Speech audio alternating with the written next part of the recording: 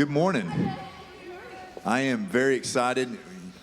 You think that we're here to talk about all sorts of awesome, exciting things that we're leading, but this is just, we're just creating ways for you to sit beside your kids because we don't know how often that may or may not be happening. So soak it in. Again, it is mandatory if your parent is here that you sit with them, and I see that everybody got up and moved, and I am very, very thankful for that. So we have a ton of great information and awesome people presenting this morning, but I'm going to open this up with a word of prayer and just to say thank you. Thank you for what has been, I think, a gritty year of just a picture of perseverance, but a picture of hope of what it just continues to look like as God lays these plans out for us and we continue to take the next step forward. So again, I am so thankful for you being here today. I'm going to pray, and then I'm going to hand it over to your principal for next year, Mr. Smith. Again, thank you. Awesome to see everyone's faces. Join me in a moment of prayer.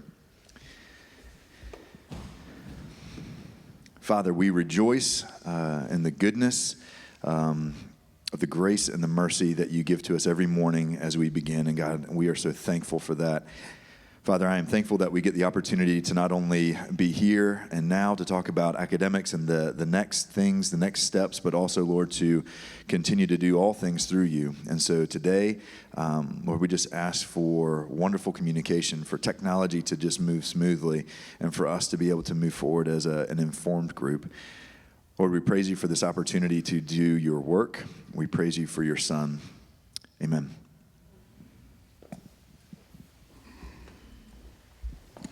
All right, good morning. How is everyone today? Good. My name is Shannon Smith, and I'm the upper school principal. And as a lot of the students came in, I was calling them freshmen because in 2 weeks, that's the word they'll hear, freshmen. And that's when the high school experience starts. Two things I want to share, not one. I keep in touch with a lot of alumni, and I always like to ask, would you do high school or college again? High school or college? And I can't say always, but most of the time they say, I'd go back to high school. And the reasons is I'm with people I know well. I get to play athletics and sports, and it's just a fun setting. Personally, I think high school is a window in life that is one of the best. It's just an awesome time, awesome experience. That's why I'm drawn to it, and that's my goal is to make this the best 4 years of these kids' life. So there is my first thing. Second thing, you will be exposed to a whole lot of information today. These ladies have done a great job putting together a PowerPoint. Students, one of the reasons you're in here is we want you to start seeing this information and knowing it as well as your parents, because these years will go fast. A lot of information and hurdles will be there. And we want you to be involved and own the responsibility of your academics, your athletics, your arts, and your testing and what lies next in 4 years. Okay, so keep that in mind. If you are overwhelmed and you walk out of here and your mind is numb, you're like, oh my gosh, we are here for you all time, every day, all year. We want you to come ask us. If we don't know the answer, we'll find somebody who does. And we'll help you through the whole process. When I interview families, I also say one of our strongest departments, I think, is what Mrs. Robinson does with the juniors and mostly seniors, and that is that college preparation process with resumes, transcripts, essays, scholarships, and just trying to get through that whole process. It is labor intensive. It's sometimes overwhelming, and I think she does a great job helping our parents and families get there so when they are a senior, they have the best options and the most options available to them. So at that point, I'm going to turn it over to Mrs. Robinson and also our Director of Teaching and Learning, Dr. Melissa Crosby. Good morning. I'm so glad to see all of your faces. It's so nice to actually meet folks in their entirety. It feels like it's an odd year to report to a school and be in a new place and not see all your faces. So thank you so much for coming in, taking the time this morning. We'll be brief, but we want to be as thorough as possible, and we will leave time for question and answer at the end. So if you do have questions, you want to jot this down or hold those, we're happy to assist you with those. So just a few things that we want you to know about high school.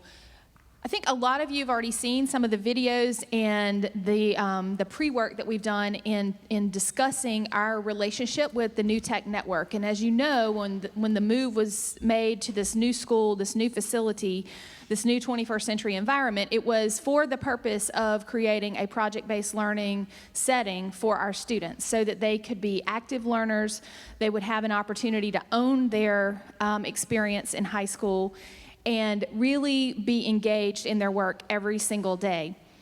Part of that process and part of that transition requires some adjustments to our schedule, and we hope that this daily schedule change is going to be a positive daily schedule change for your students. How many students, by show of hands, have a tough time remembering what the schedule is or did at the beginning of the year? Anybody besides me have a problem with that? Yeah. Okay, you might not want to admit it, but we all recognize that it's been pretty challenging, and that schedule was created for a couple of reasons. One, because we were in an older facility and it was structured differently, and moving mid-year is a little bit of an odd situation for schools. But also it was created because we had to make some plans for COVID, and some plans in case we had to go online, which was a real possibility a year ago when we were pondering, what this school year would look like. Next year, your students, as they go into high school, will be on a hybrid block schedule. And we're going to show you what that looks like in a few minutes. But that hybrid block schedule will allow for, it will allow for consistency. So every class being the same length of time, and students being in classes, in 4 different classes a day instead of 7 or 8 classes a day, which for students is a win because that means fewer classes to focus on at any given time and gives you time to, focus on your studies. Your homework looks a little different and so forth. So that is one piece that's going to be coming in. We call it hybrid because there are scenarios in that hybrid that will result. There we go. Were you going to go ahead to it? There we go. Got you do that. There are some scenarios in the hybrid that would allow for what we call skinnies. So it depends on what your child is registered to as to what they may participate in terms of skinnies. A full block period is 85 minutes long. And so your students will be enrolled in an English class, for example, in a social studies class, if they're in CP or honors, and they'll be enrolled in that at the same time in what we call Humanities, and they'll be in that 85-minute period of time all year long. So that's a true block. 2 teachers, a social studies and an ELA teacher in the classroom at the time, and they will be participating collectively in that work. So if you look at the piece that is highlighted in red, that's a 9th grade humanities block. Your student will either be enrolled in English 1 CP or Human Geography CP or honors, or English 1 honors and AP Human Geography, or World Literature Honors or an AP European History. So it depends on where your child is in terms of his or her progress as to what they are enrolled in. In terms of the actual time, you're going to be enrolled in 4 classes during the fall and 4 classes during the spring. So some classes are on a 180-day window. The humanities class that we just viewed, that will be offered to your student for 180 days. There'll be an ELA and their humanities class. Their classes like Algebra 1 or 2 or geometry, their math classes are on a 90-day semester schedule. Classes like science will be on a 90-day semester schedule. So what we're trying to do is schedule students in their humanities section in either math or science first semester, and then they'll do the other course in the second semester. So that spreads the core content out, makes it less stressful for your student as he or she is enrolled in the 9th grade, first year in high school. It's just a different experience for them. Also, you'll notice because 85-minute periods are lengthy periods, there's some training and some support that we have to provide for teachers so they'll know how to plan for that block effectively. But you'll notice that there is a morning break and a passing period in between the longer blocks. And that's designed because we know our kids are hungry during the school day. We know that they need time to socialize and unwind. We also know that in a PBL setting, they may need to work with a group member that's in another class that period. They may want to connect in the hallway, have some conversation. We want to give them time to be able to flex and flow there. So you'll see that from 8 to 9:25, for example, they're in first block. If we imagine that they're in their humanities block first, then they'll have a break in a passing period where they can unwind and get ready for the next block, which is from 9:40 to 11:05. We will still have E10. That will still occur. And then they'll go to lunch. And again, this is a sample schedule, so you're looking at one version of that. Then they'll move on to third block in the afternoon. They'll have an afternoon break and passing period, and then they'll close out the day with one last 85-minute block. Now, a couple of things that we're doing that are new in terms of coursework for your students, and you really are on the cutting edge of this opportunity, but we want to make sure that you are aware of it. One is that ninth graders now have an AP option. This is the first time we've been able to offer AP Human Geography, but we will be offering that to our ninth graders, and really any upperclassman that hasn't taken it, that has an interest in it, but primarily for our ninth graders. So students, in order to qualify for that, you have to have an A in your humanities class this year, and your test scores have to be in the 85th, you have to have an 85% or higher in that class. We're also looking for students that have great reading skills, because there is a tremendous amount of reading and personal expectation along those lines for the AP class. And you need to know that it runs at a faster pace, okay? If you are an AP student and you're an AP Humanities, that class is skinnied with your Bible class. So you won't take a separate period of Bible. You'll have a skinny of AP all year long, and your Bible will be the other part of that skinny. And by skinny, I mean that you take the 85-minute block and you divide it out.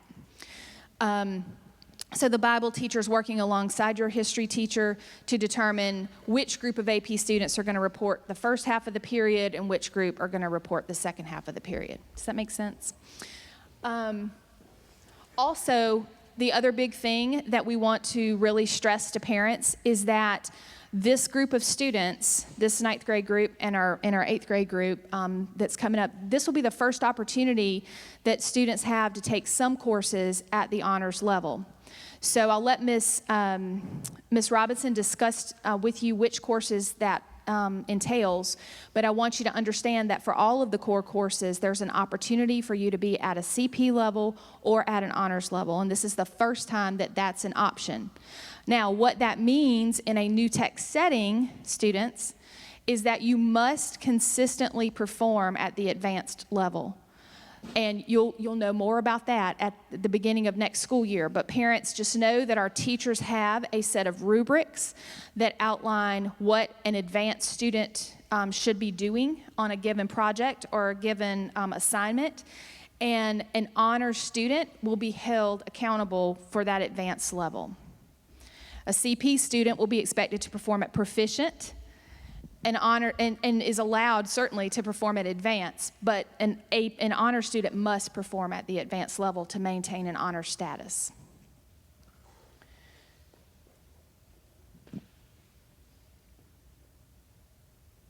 Yeah.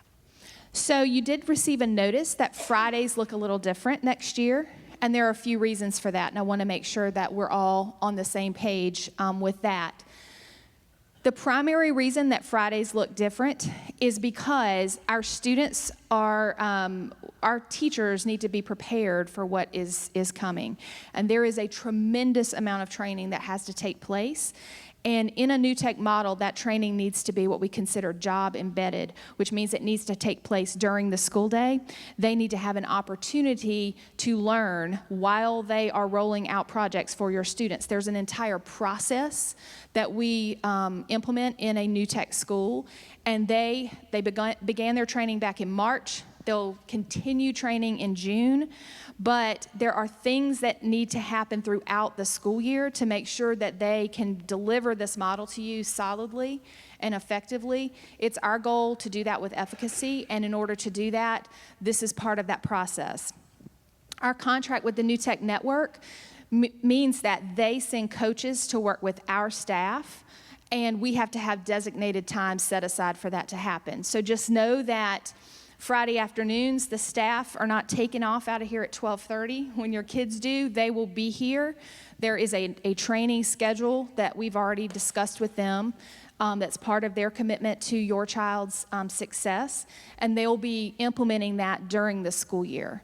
So, for example, when New Tech Network is working with maybe middle and upper school team, I'll be working with the lower school team along with the principal, and then we'll switch. So every other Friday, they'll be working on something very specific and very targeted toward the rollout of the model in the school. And again, that's the real purpose behind the 12:30 release. We discussed several options on that, I will say.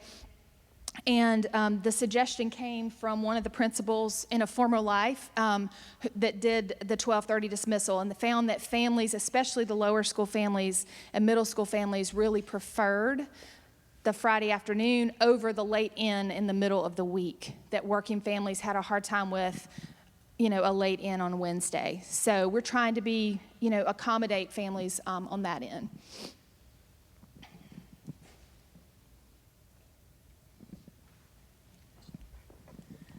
All right, well, rising ninth graders. I can remember when a lot of you were in my 5th grade class.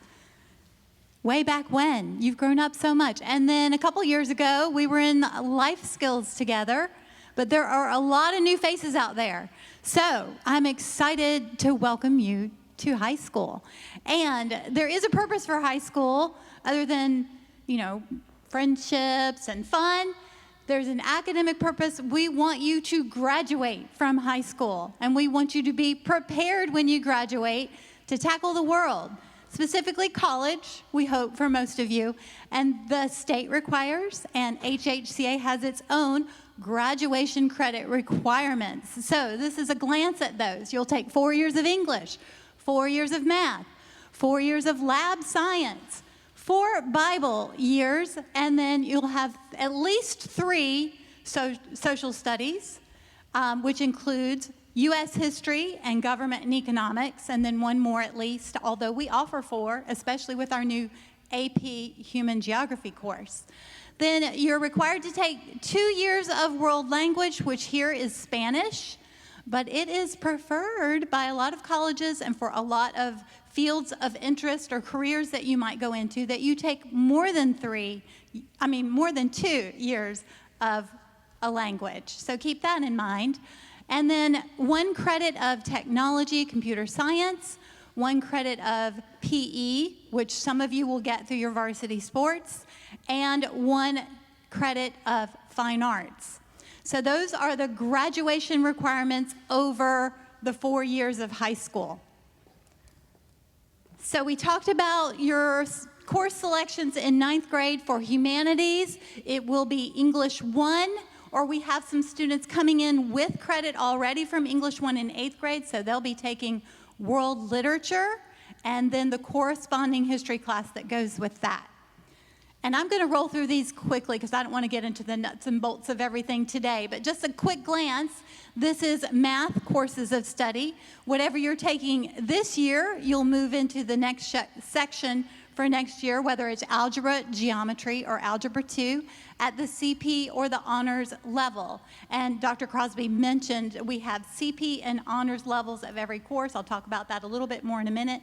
But then there are AP levels for the social studies in particular, and then more as you move on through high school. Science, the gold standard for all freshmen is biology. So you'll be taking biology at the CP or the honors level. And then language, you'll be taking Spanish 1 or Spanish 2, and then our Bible classes. You'll have Bible, worship team, or there's a varsity sports mixture of sports conditioning, leadership, and Bible all rolled into one. That's for some of our athletes who tend to leave early. It's the last block of the day, and that's kind of an exciting new thing coming.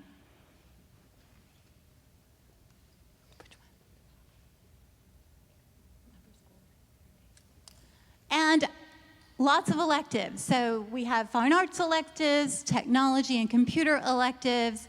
We have our PE electives and some college and career exploration electives to choose from. Not all of these will be available to ninth grade, but many will.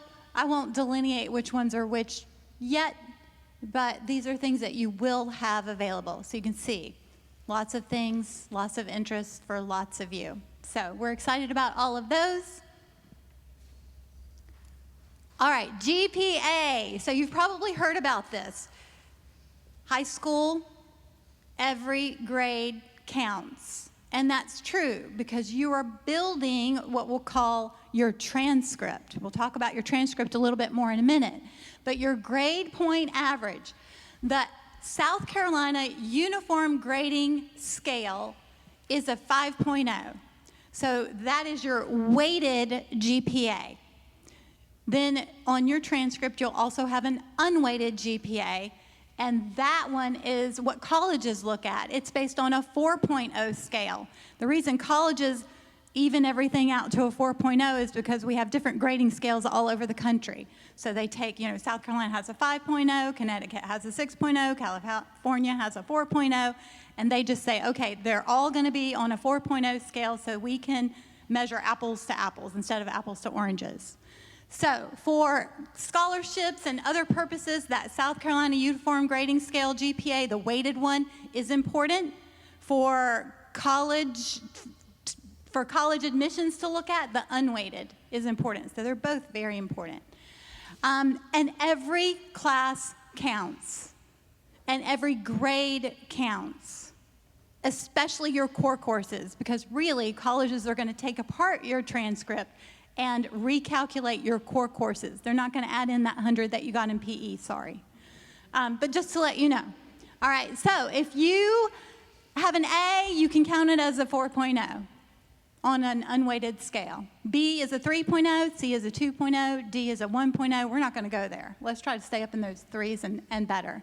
But if you had all A's and B's, you're going to have a GPA of about a 3.5. If you have B's and C's, it's going to be around a 2.5. If you mix it up in there with C's and B's and D's, you might have a 2.0. I will always tell you, I want to see it at a 3 or better, okay, for the unweighted.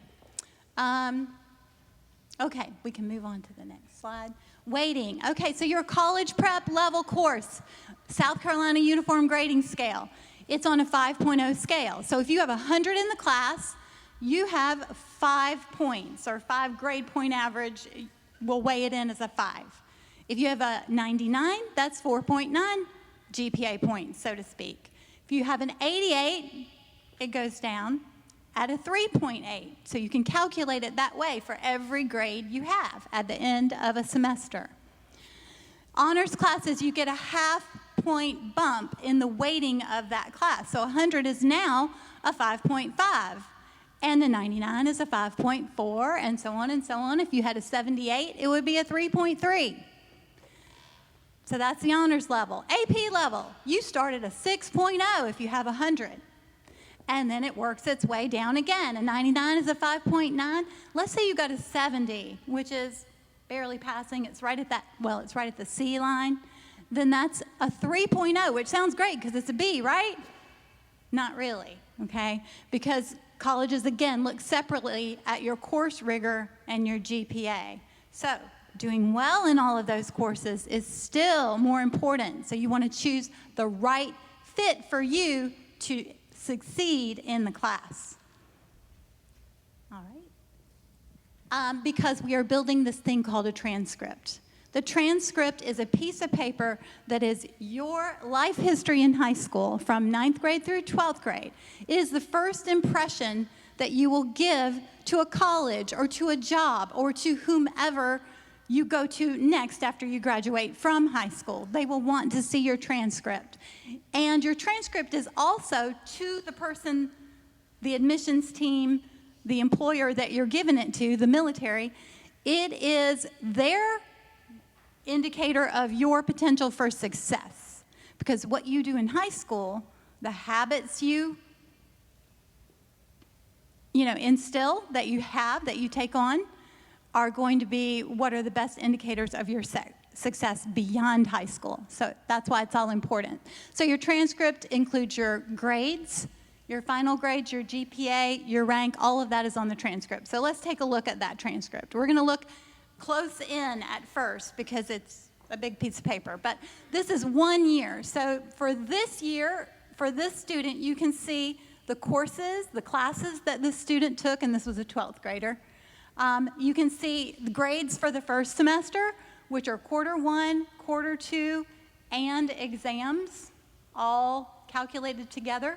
The end of the quarter grade is 80%. The exam is 20%. When you put all that together, that's your first semester grade. Same thing for semester 2. Third quarter and fourth quarter together count as 80%. Your exam counts as 20%. Altogether, that's your second semester grade. And then those two are averaged together for your final grade in that class, which is circled in red, you can see. And then to the right of that, that's how many credits you received for that year in high school. This one was 6.5 because the teacher's aide was just for a semester, so it was a half of a credit. Okay? And then you tally all that together to get a numeric GPA. You see at the bottom was an 88 for this student, so around a B+. The unweighted GPA calculates, and this was from 9th through 12th grade, which we're not seeing, but the unweighted GPA is a 3.24, so right around a B. And then the weighted GPA is a 4.04. That looks really good, right? Because it's on the 5.0 South Carolina weighted scale. But for college, again, they're looking at that 3.3, which is decent. It's a good GPA, okay? We want you to stay above the 3s for the unweighted and above the 4s for the weighted. That's my goal for you anyway. All right, so this is a full transcript. And again, it's hard to see, but I just wanted you to see you've got your 9th grade year. Every grade counts. 10th grade, 11th grade, 12th grade. This builds your entire transcript. And up at the top, you probably can't see it, but your name and address is there, and your rank is there, okay? So it's important for college admissions, for scholarships, grants, and any merit aid that you might want to receive. It's important for athletics because colleges would love to have scholar athletes, both, okay? It's important for internships, jobs, military service. It's important for your future. So I just want to really reiterate that to you today so that when you start next year, you're starting with that in mind, that you are building your transcript that is building your future. And then let's talk about some opportunities that are ahead for you. When you're a junior and a senior, there'll be opportunities for internships in fields that you're interested in. We have lots of interns out there with law offices, with doctors' offices, with architects, with all kinds of fields. So think about what you're interested in, and maybe you'll be able to explore that more deeply through an internship your junior and senior year. We also have a dual enrollment program with the University of South Carolina, Beaufort, where you can earn dual credit. Dual means 2. And that means high school credit and college credit at the same time. So that's an awesome opportunity that we have this 4-year college campus right beside us where you might be able to earn college credit before you go to college. We also have TCL, which is right down the road. And they have certificate programs that are exciting in areas like building construction and HVAC and plumbing. And they tell me that they cannot train enough HVAC people today. So there's a real demand for things like this if this is where your interest lies. Culinary arts, there's a huge new culinary arts building for TCL going up on Buckwalter, and they're very excited about that. So lots of opportunities coming for you as we explore your interests and what your future holds, one step at a time. So, as soon as you are officially freshmen, and you are the class of 2025, yes, as soon as you're officially freshmen, so sometime in June, you will have access to SCORE, which is our college planning tool. Parents and students, you'll be able to create your own accounts. I will send you an invitation to join SCORE as soon as that's ready. You'll have to join within 72 hours or it will expire. But if it expires on you, just email me and I'll renew it. I don't know why it works that way, but it does. So just let me know and I will make sure that I open that invitation back up to you, because it's a great tool for college and career exploration. And then as you move up into junior and senior year, it'll be a great way for me to communicate with you about college and for us to communicate with colleges themselves. You'll take a youth science assessment, which is this comprehensive report about all of your aptitudes, which are your natural strengths, and your interests, which are, of course, what you're interested in, blended together to recommend fields that you might be interested in, careers you might be interested in, jobs you might be interested in. So we'll look at that more next year, but I want you to know it's available to you. And then we'll have a guidance classroom. Well, in the New Tech Network, we'll all have different classrooms, and there will be a guidance classroom for the class of 2025, and it will house all kinds of information and tools and resources for you. So you can look for that invitation coming up in August. And then I'm always available to you. You can get on my schedule. In my email signature, there's a link in the signature to make an appointment so that we could talk further if you have specific questions for me. We can make a phone appointment. You can come into the office. I work in the summer. I know you guys don't, but you're welcome to come in and talk with me. And then I will have a group message for you, which if you had your phones and we had time, I'd tell you to take it out now. But I will send these slides out. If you text at HHCA 2025, that's the message. If you send that message to the number 81010, you'll join my group text, and that will be where I will communicate with you guidance messages, okay? So it won't start with much, but it'll get to be more and more. Your senior year, you might be hearing from me a couple times a week. But as freshmen, maybe just once a month or so with information there, okay? CCLR, any idea what that stands for? College, career, life, readiness. Sometimes it's a P for preparation, but we do both. All right, then beyond the academics, because it's not all fun and games, but some of it is fun and games, and some of it is just things that we got to strike a balance, right? We want you to strike a balance. We want you to work hard, we want you to play hard, and we want you to rest well and do all of those things. So when you're considering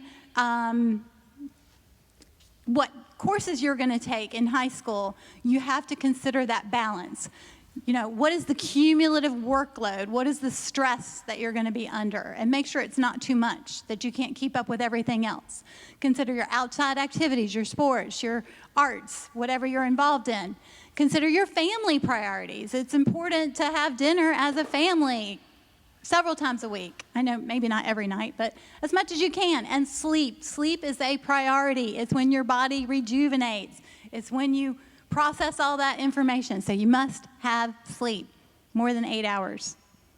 And it's important for you to start using your agenda and your schedule to keep yourself organized. That will help you to be able to do more and do more effectively if you keep it all written in your schedule. All right? So you need to choose wisely because you can't do it all. Unfortunately, we want to eat the whole pizza with all the toppings, but honestly, it's just too much. So you need to choose wisely. All right? And then just a couple more. Y'all hang in here with me. Beyond the academics, there are lots of opportunities available for you, and you've seen those in middle school, and they just ramp up in high school. You'll have all kinds of athletic opportunities. You'll have fine arts opportunities. There'll be clubs, FCA, Zonta, Teens for Healthy Youth, Student Council, and then there's community organizations that you can join, the Bluffton Youth Council, and so on. And then I want you to think about where you can serve, because service is important, maybe through your youth group, maybe with your athletic team, through your church. There are lots of opportunities, but serving others is important. It's part of the Christian experience. It also is, colleges are looking for it because they want to know that you're going to be an active and productive participant on their campus and contribute to the college community. Your employer wants to know that you're going to be all in and engaged with your work and not only getting paid for it, but serving others with it. So service is important, and I want you to hear that now so that you can be thinking about ways that you want to serve in high school. These are the priorities of college admissions, and I'm just throwing them up here. I know you've got a long ways to go, but I want you to have this in mind for your end goal, this balance. This is what's important in order of importance to at least 300 or more college deans from Harvard to College of Charleston and everything in between. They want you to take care of yourself. That balance that we were just talking about is important. Your academics. Why do we go to high school? Why do we go to school at all? And then why do we go to college where we're paying a lot of money to get an education here and there? It's for you to learn. It's for your academic training. It's for that foundation that's going to prepare you for your college and for your career. So the academics are important. And then that's your transcript that we were talking about. Beyond that, service to others is important, to the community, but your service to your family also counts just as much. So if your family counts on you to cook dinner on Monday nights, that's important.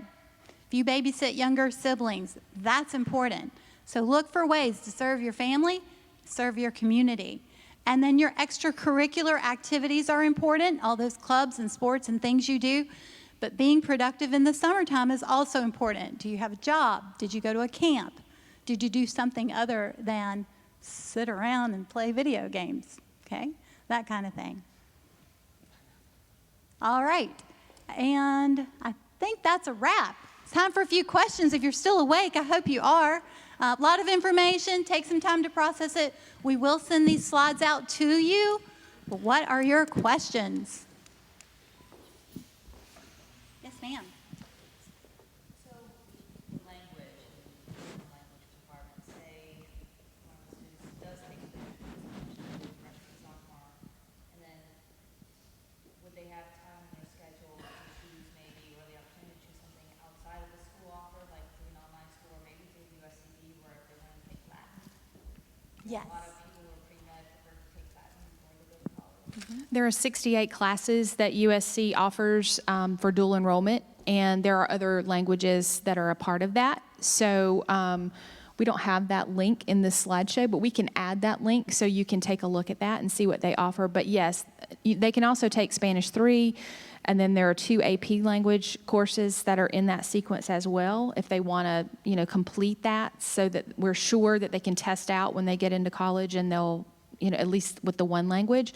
And then certainly if they want to explore other opportunities, there are dual enrollment opportunities as well that begin at basic. And online opportunities. I had some students in my office asking about Mandarin and Japanese the other day. Yeah. Yes.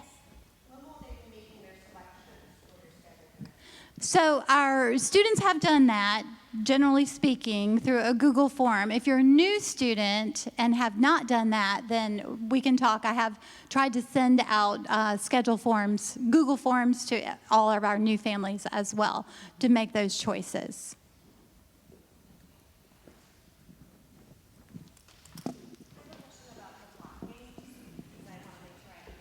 Okay. So there's a possibility that our student will not have necessarily a core class all year, right? They'll only have it for half of the year. Is that how I'm understanding it? Okay. So if they have a core class in the fall of that year, is there a possibility that they will not have that core class again until the spring of that following year, which then means they will not have that core class for almost a whole academic year? It is possible, but the core classes are offered both semesters, and so it should be possible for them to take either or, yes.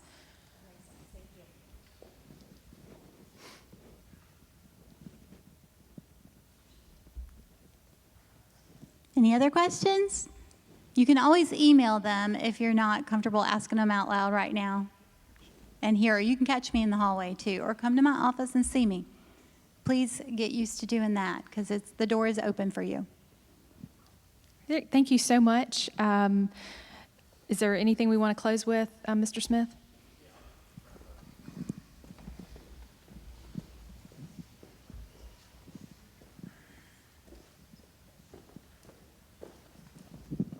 So I sat back and watched. I haven't seen this whole presentation for maybe a year and a half with COVID, but you're either overwhelmed or excited or both, maybe a little terrified too. It does go fast. Freshman, you'll be, when you're a senior and halfway through, you'll go, wow, that did go fast. So do see us, ask questions. Balance is vital. It seems like every year I have a senior, usually it's a senior in my office in tears. They've got athletics, they've got APs, they're working a job, they're doing an internship, and their balance, they're out of balance, and that's hard. And I feel bad for them because they're beginning their adulthood, and we have to have balance. So that's something I will stress. Extracurricular is vital. The students that really engage and get the most out of our school are involved in extracurricular, whether it's athletics, arts, or clubs. The students that are here 8 to 3 and leave, I feel like they're missing out. They're not engaged. So find that balance. Find your extracurricular. And then parents, thank you for being here on a Monday morning. It's something different and new, so I appreciate the effort. I think I counted over 30 parents here, so that's awesome. And I will close in prayer. We'll hang out if you have questions, all right? So bow your heads, please. Heavenly Father, we truly do love you. You're awesome. We thank you for your love and blessing. Pray over all these families and students as they begin the end of this year, summer, and then really high school in the fall, that you just continue to guide them, ask them to set their eyes on you, and just protect them, provide for them, and take care of them in all areas of life, body, mind, and spirit the next 4 years. And use us, use this school, use us as individuals to mold and shape, love them unconditionally, and allow them to have the best high school experience possible. We love you. We give you all the glory and thanks. In Jesus' name, amen. Thank you.